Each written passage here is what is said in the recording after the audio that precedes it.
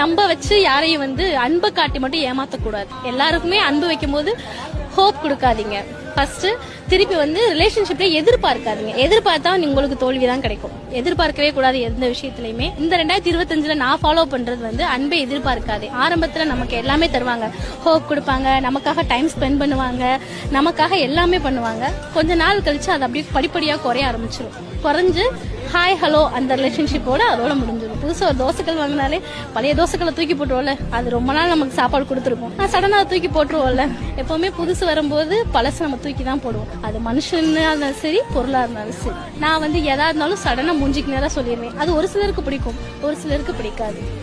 அதனால என்கிட்ட அப்படியே பேச்சு குறைச்சிப்பாங்க. ஆனா நான் எல்லாத்தையுமே அன்பா இருப்பேன். அன்பு ஒன்றுதான்